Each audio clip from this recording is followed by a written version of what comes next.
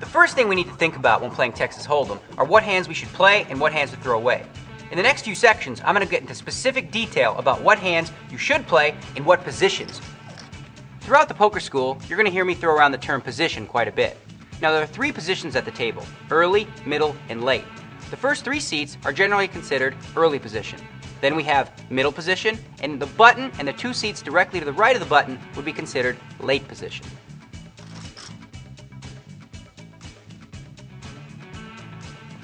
Well, the first group of hands that we're going to look at are big pairs and ace-king suited. Now obviously, you're going to play one of these hands in any one of the positions. But in early position, it's really important to make sure that you're raising to try to limit the field a little bit. You don't want to play 2 kings against 4 players.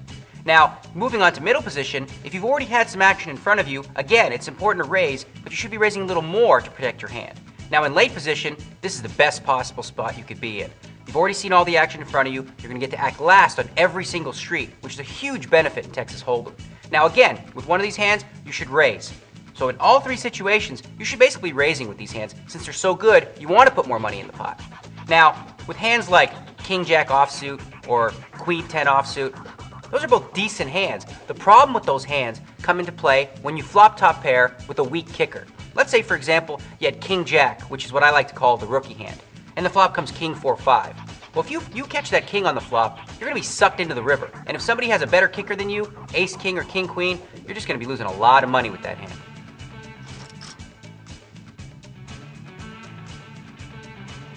Probably the trickiest hands to play are those pesky middle pairs. I'm talking about jacks, 10s, 9s, and even 8s really. Now, from early position, there's a couple ways you can approach it.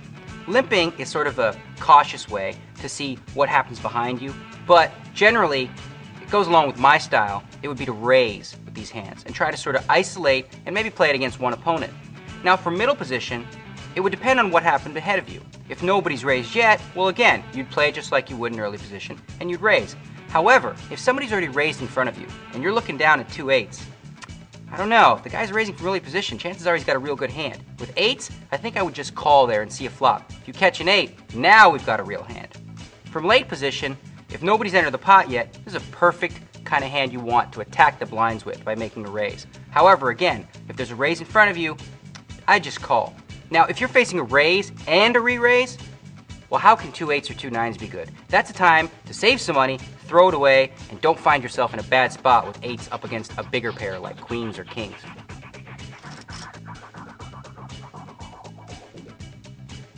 You need to be really careful when you're playing small pairs. In early position, I advise just limping in and trying to see the flop cheaply.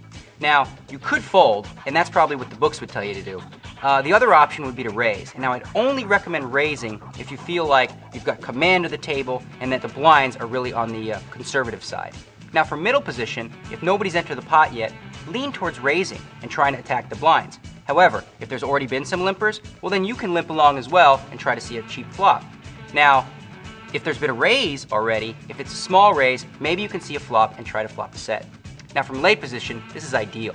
If nobody's entered the pot, definitely you want to raise it up and attack the blinds. However, again, if there's been a small raise or some limpers, you can see a flop. There's nothing sweeter than calling with 2 4s against an early position raise who's got 2 aces and the flop coming Queen 6-4. He bets it, you move all in, and he walks home with a story to tell.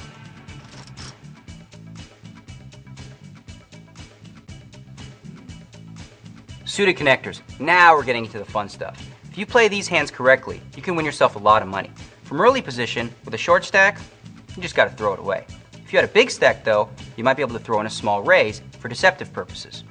Now in middle position, if you're facing a raise, depends how big the raise is in relation to your stack size. If the raise is too big, well, you just can't play. However, if nobody's played, you can come in with a raise and go after the blinds. In late position, now this is where it gets fun. If there's a couple limpers, you go ahead and limp right along. If everyone's folded around to you, again, you go and raise to attack the blinds. But here, if an early position player raises and you think they might have aces or kings, this is perfect if you have a hand like 5, 7 of diamonds. He has aces, so what? If you hit your flop, you've got him right where you want him. Think about it. Say you flop it straight. He bets, you raise, he sticks it all in. You're like, sweet, I got the nuts straight. He's got a story to tell his buddies about how bad you play. So the bottom line with suited connectors is it's really all about implied odds. Think of it like fishing. You're throwing out the bait, And then really what you're trying to do is reel in a big sucker if you hit a good flop.